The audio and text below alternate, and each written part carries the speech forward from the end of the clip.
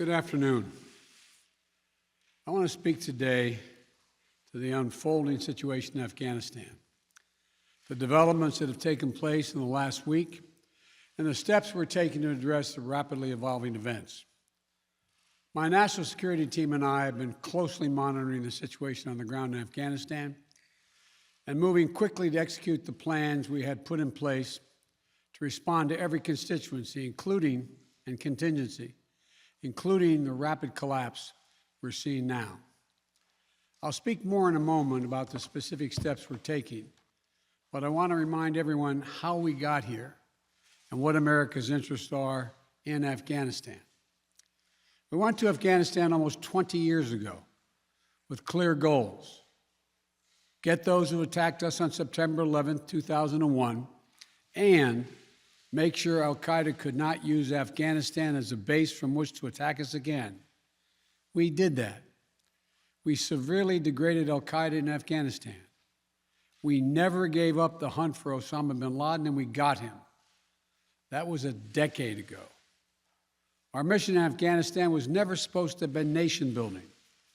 It was never supposed to be creating a unified, centralized democracy. Our only vital national interest in Afghanistan remains today what it has always been: preventing a terrorist attack on America's homeland.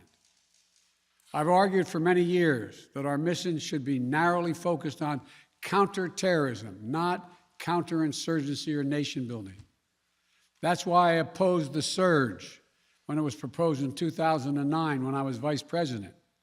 And that's why, as president, I'm adamant that we focus on the threats we face today in 2021, not yesterday's threats. Today, the terrorist threat has metastasized well beyond Afghanistan. Al-Shabaab in Somalia, al-Qaeda in the Arabian Peninsula, al-Nusra in Syria, ISIS attempting to create a caliphate in Syria and Iraq, and establishing affiliates in multiple countries in Africa and Asia. These threats warrant our attention and our resources. We conduct effective counterterrorism missions against terrorist groups in multiple countries where we don't have permanent military presence. If necessary, we'll do the same in Afghanistan. We've developed counterterrorism over-the-horizon capability that will allow us to keep our eyes firmly fixed on the direct threats to the United States and the region, and act quickly and decisively if needed. When I came into office, I inherited a deal that President Trump negotiated with the Taliban. Under his agreement, U.S. forces would be out of Afghanistan by May 1, 2021, just a little over 3 months after I took office.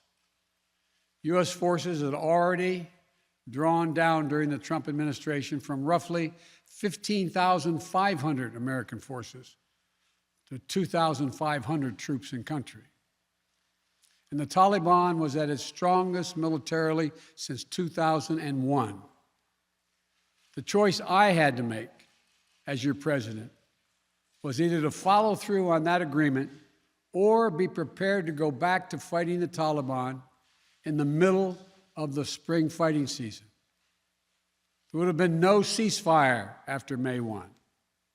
There was no agreement protecting our forces after May 1. There was no status quo of stability without American casualties after May 1. There was only the cold reality of either following through on the agreement to withdraw our forces or escalating the conflict and sending thousands more American troops back into combat in Afghanistan, lurching into the third decade of conflict. I stand squarely behind my decision. After 20 years, I've learned the hard way that there was never a good time to withdraw U.S. forces. That's why we're still there. We were clear-eyed about the risks. We planned for every contingency, but I always promised the American people that I would be straight with you.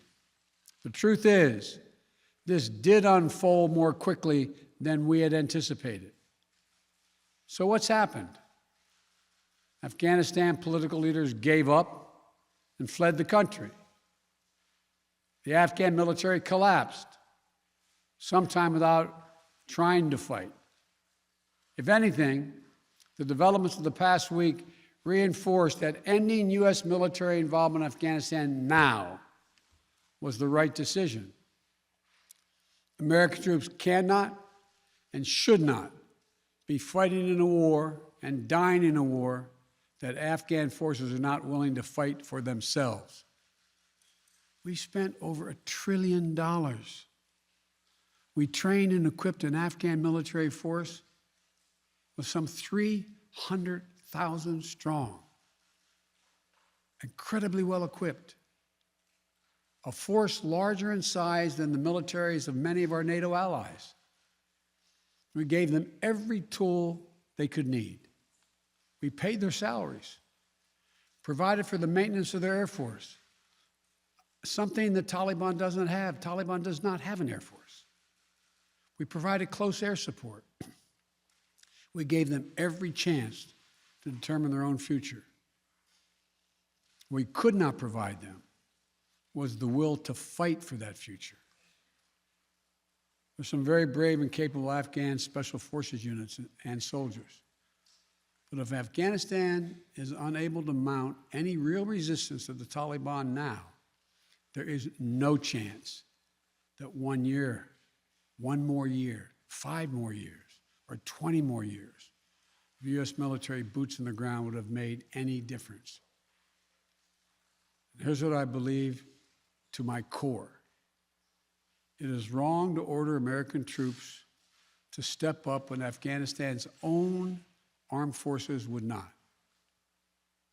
If the political leaders of Afghanistan were unable to come together for the good of their people, unable to negotiate for the future of their country when the chips were down, they would never have done so while U.S. troops remained in Afghanistan, bearing the brunt of the fighting for them. And our true strategic competitors, China and Russia, would love nothing more than the United States to continue to funnel billions of dollars in resources and attention into stabilizing Afghanistan indefinitely. When I hosted President Ghani and Chairman Abdullah at the White House in June, and again when I spoke by phone to Ghani in July, we had very frank conversations.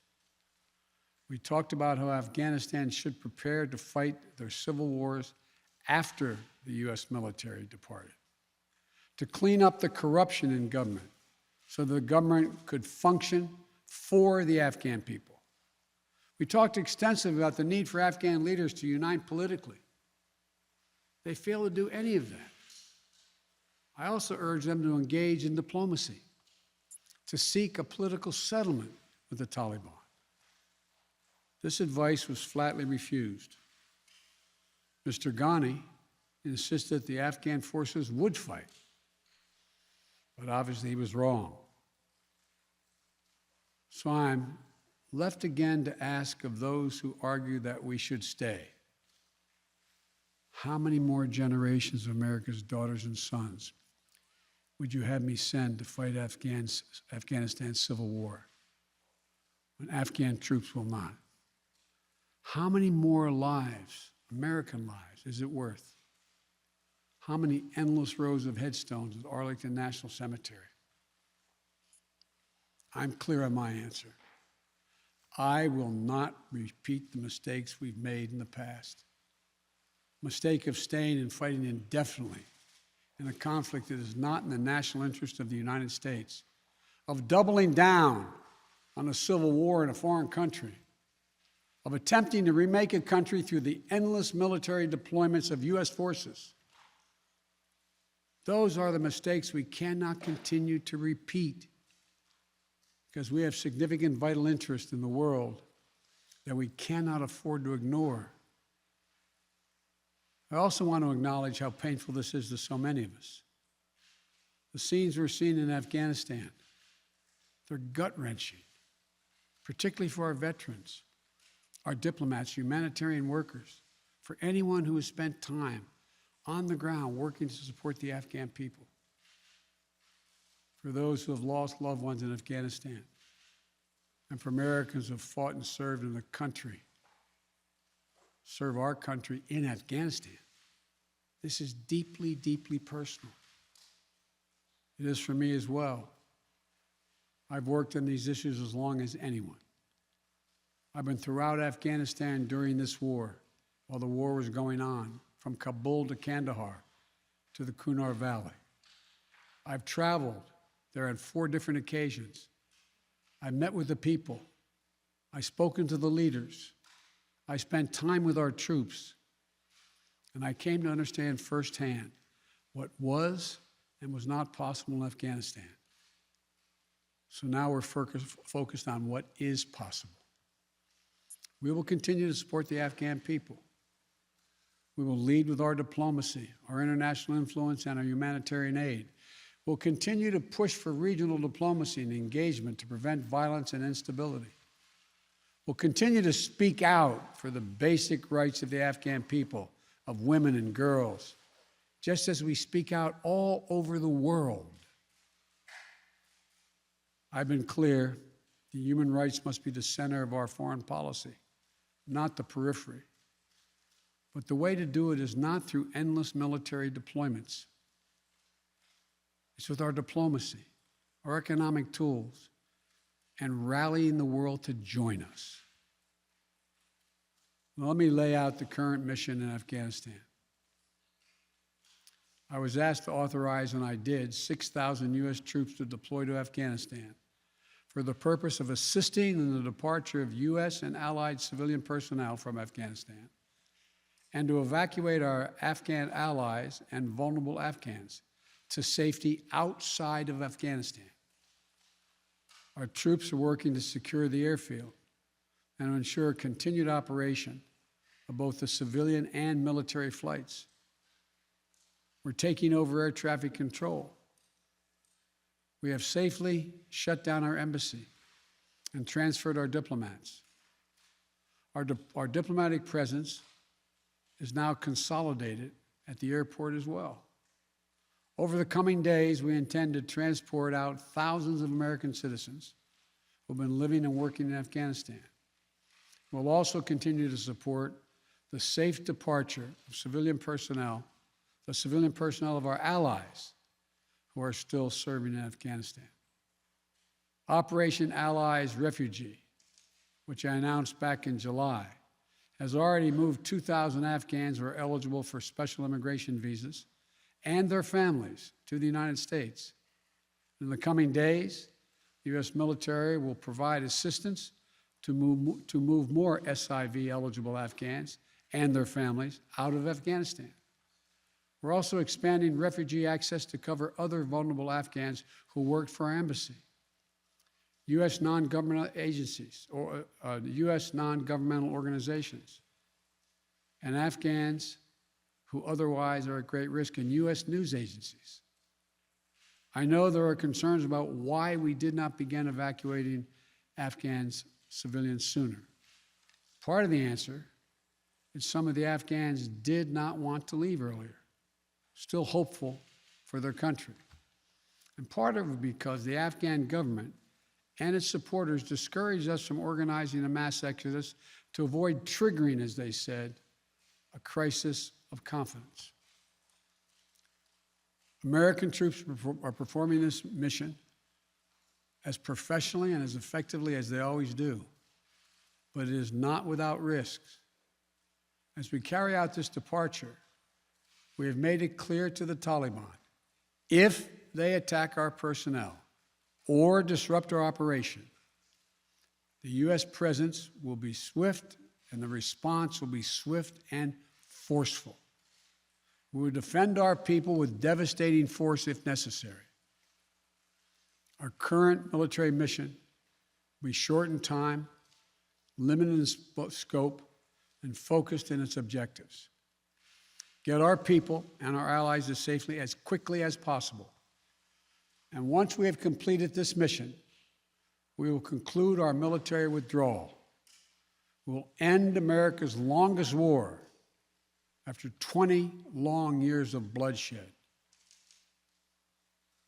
The events we're seeing now are sadly proof that no amount of military force would ever deliver a stable, united, secure Afghanistan, as known in history as the graveyard of empires.